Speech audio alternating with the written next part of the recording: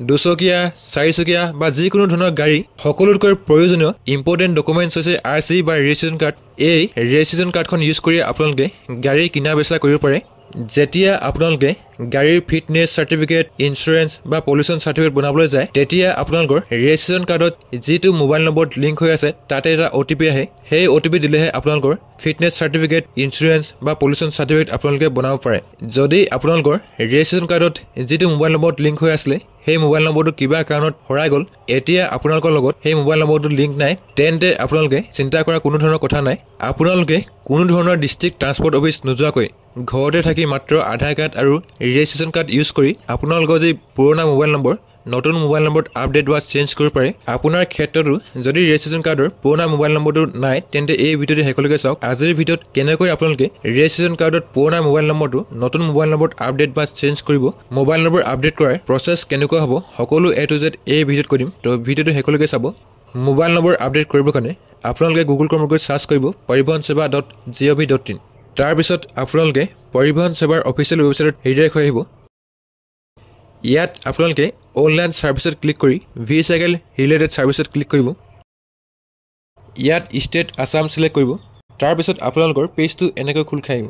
আপোনালোকৰ গাড়ীখন যিখন ডিষ্ট্ৰিক্টত ৰেজিষ্ট্ৰেশ্যন কৰা আছে ইয়াত আপোনালোকে RTO চিলেক্ট কৰিব। যদি তিনিচুকীয়া হয় তিনিচুকীয়া, যদি আপোনালোকৰ ডিব্ৰুগড় হয় তেন্তে ডিব্ৰুগড় চিলেক্ট কৰি privacy policy and terms of service accept কৰিব আৰু প্ৰচিড বুটনত ক্লিক কৰিব। যিবোৰ ছাৰ্ভিচ আপোনালোকে ঘৰতে থাকি এপ্লাই কৰিব পাৰিব, সকলো ছাৰ্ভিচ ইয়াত আপোনালোকক শ্ব' কৰিব। চ' ইয়াত আপোনালোকে প্ৰচিড বুটনত ক্লিক কৰিব। তাৰপিছত আপোনালোকৰ পেজটো এনেকৈ খোল খাই আহিব।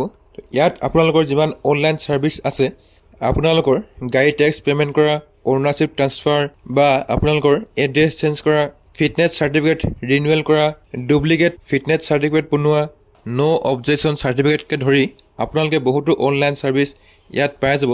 আপোনালোকৰ ৰেজিষ্ট্ৰেশ্যন কাৰ্ডত মোবাইল নম্বৰ আপডেট কৰিবৰ কাৰণে মোবাইল নম্বৰ আপডেট আধাৰ বেছ এই অপশ্যনত ক্লিক কৰিব। ইয়াত আপোনালোকৰ যিমানকেইখন ষ্টেট দিয়া আছে গোটেই ষ্টেটতে আপোনালোকে ডিষ্ট্ৰিক্ট ট্ৰান্সপৰ্ট অফিচ নোযোৱাকৈ আপোনালোকৰ মোবাইল নম্বৰ আপডেট কৰিব পাৰিব। ইয়াত আপোনালোকে ইয়েছত ক্লিক কৰিব। তাৰপিছত আপোনালোকৰ পেজটো এনেকৈ খোল খাই আহিব। ইয়াত আপোনালোকৰ গাড়ীৰ ৰেজিষ্ট্ৰেশ্যন নম্বৰ এণ্টাৰ কৰিব। ৰেজিষ্ট্ৰেশ্যন নম্বৰটো আপোনালোকে নাম্বাৰ প্লেটতে পাই যাব। তাৰপিছত ইয়াত আপোনাৰ চেচিছৰ ফুল নম্বৰটো এণ্টাৰ কৰিব। চেচিছ নম্বৰ এণ্টাৰ কৰাৰ পিছত আপোনালোকৰ ইঞ্জিনৰ ফুল নম্বৰ ইয়াত এণ্টাৰ কৰিব। আপোনালোকে চেচিছ নম্বৰ আৰু ইঞ্জিন নম্বৰ আপোনালোকৰ ৰেজিষ্ট্ৰেশ্যন কাৰ্ডতে পাই যাব। ৰেজিষ্ট্ৰেশ্যন কাৰ্ডত চাই আপোনালোকে ইয়াত প্ৰপাৰলি চেচিছ নম্বৰ আৰু ইঞ্জিন নম্বৰ এণ্টাৰ কৰিব। তাৰপিছত আপোনালোকৰ গাড়ীখন যিটো ডেটত ৰেজিষ্ট্ৰেশ্যন কৰা হৈছিলে ইয়াত আপোনালোকে কেলেণ্ডাৰৰ পৰা চুজ কৰি ল'ব। তাৰপিছত আপোনালোকৰ গাড়ী ৰেজিষ্ট্ৰেশ্যন ভেলিড ডেটটো আপোনালোকে কেলেণ্ডাৰৰ পৰা চুজ কৰি ল'ব। RCত আপোনালোকৰ ৰেজিষ্ট্ৰেশ্যন ডেট চাই ইয়াত এণ্টাৰ কৰিব আৰু শ্ব' ডিটেইলছত ক্লিক কৰিব। তাৰপিছত আপোনালোকৰ মোবাইল নম্বৰ আপডেটৰ পেজটো খোল খাই আহিব। ইয়াত আপোনালোকৰ গাড়ীৰ সকলো ডিটেইলছ শ্ব' কৰিব। ইয়াত আপোনালোকৰ আধাৰ কাৰ্ড নম্বৰ এণ্টাৰ কৰিব। তাৰপিছত আপোনালোকৰ নেমটো আধাৰ কাৰ্ডত যেনেকৈ আছে ইয়াত এণ্টাৰ কৰি আপোনালোকৰ আধাৰ কাৰ্ডত যিটো মোবাইল নম্বৰত লিংক হৈ আছে ইয়াত ভৰাই এগ্ৰী কৰি ভেৰিফাই কৰিব।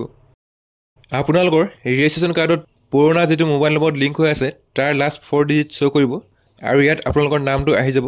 ইয়াত আপোনালোকে আপডেট মোবাইল নম্বৰত ক্লিক কৰিব। মোবাইল নম্বৰ আপডেট কৰিবৰ কাৰণে আপোনালোকে 100 টকাৰ পে'মেণ্ট কৰিব লাগিব। তাৰ কাৰণে প্ৰচিড পে'মেণ্টত ক্লিক কৰিব। ইয়াত আপোনালোকে কনফাৰ্ম পে'মেণ্টত ক্লিক কৰিব। আপোনালোকৰ পে'মেণ্ট গেটৱে পেজটো খোল খাই আহিব। পে'মেণ্ট গেটৱেত আপোনালোকে ই-গ্ৰাছ চিলেক্ট কৰিব। তাৰপিছত টাৰ্মছ এণ্ড কণ্ডিশ্যন একচেপ্ট কৰি কণ্টিনিউ বুটনত ক্লিক কৰিব। আপোনালোকৰ পেজটো এনেকৈ খোল খাই আহিব। পে'মেণ্ট মোডত আপোনালোকে পে'মেণ্ট গেটৱে চিলেক্ট কৰিব আৰু বেংক চিলেকশ্যনত কানাড়া বেংক PG চিলেক্ট কৰি এগ্ৰী কৰিব আৰু প্ৰচিড ফৰ পে'মেণ্টত ক্লিক কৰিব। ইয়াত আপোনালোকে অ'কেত ক্লিক কৰিব। তাৰপিছত আপোনালোকৰ পেজটো এনেকৈ খোল খাই আহিব। ইয়াত আপোনালোকে টাৰ্মছ এণ্ড কণ্ডিশ্যন একচেপ্ট কৰি কনফাৰ্ম পে'ত ক্লিক কৰিব। তাৰপিছত আপোনালোকৰ পে'মেণ্ট মোডৰ পেজটো খোল খাই আহিব। ইয়াত আপোনালোকে কাৰ্ড, UPI, নেট বেংকিং এনেকৈ ভালেকেইটা অপশ্যন পাই যাব। যদি আপোনালোকে UPI থ্ৰুদি পে'মেণ্ট কৰিব বিচাৰে পে' থ্ৰু UPI QR ক'ডত ক্লিক কৰিব। ইয়াত আপোনালোকে জেনেৰেট QR ক'ডত ক্লিক কৰিব। তাৰপিছত আপোনালোকৰ এপ্লিকেশ্যনৰ QR ক'ড জেনেৰেট হৈ আহিব আৰু এই QR ক'ডটো আপোনালোকৰ গুগল পে', ফোনপে', পে'টিএম যিকোনো এটা এপছ ইউজ কৰি আপোনালোকৰ যি পে'মেণ্ট কমপ্লিট কৰিব। তাৰপিছত আপোনালোকৰ কনফাৰ্মেশ্যনৰ পেজটো 'লোডিং' হ'ব।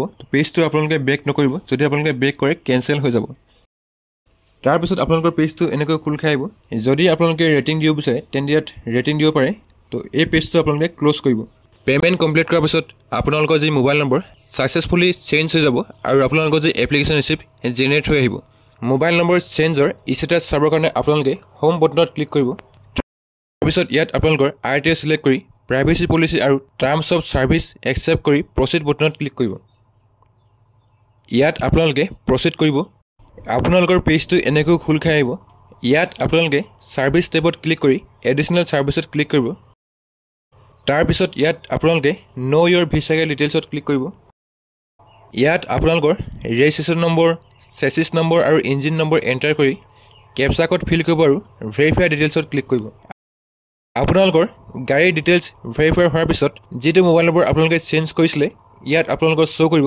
এনেকৈ আপোনালোকৰ ৰেজিষ্ট্ৰেশ্যন কাৰ্ডত পুৰণা মোবাইল নম্বৰ আধাৰ কাৰ্ড ইউজ কৰি নতুন মোবাইল নম্বৰত আপডেট কৰিব পাৰে আজিৰ ভিডিঅ'ত ইমানে আছিল যদি আপোনালোকে ভিডিঅ' চাই কিবা এটা শিকিব পাৰিলে বা আপোনালোকৰ ভাল লাগিলে তেন্তে ভিডিঅ'ত এটা লাইক কৰিব আৰু আপোনালোকৰ বন্ধুবৰ্গৰ লগত শ্বেয়াৰ কৰিব যদি আপোনালোকৰ কিবা জানিবলগীয়া আছে তেন্তে কমেণ্ট বক্সত কমেণ্ট কৰিব আজিলৈ ইমানেই ভিডিঅ'টো পুনৰবাৰ শেষলৈকে চোৱাৰ কাৰণে ধন্যবাদ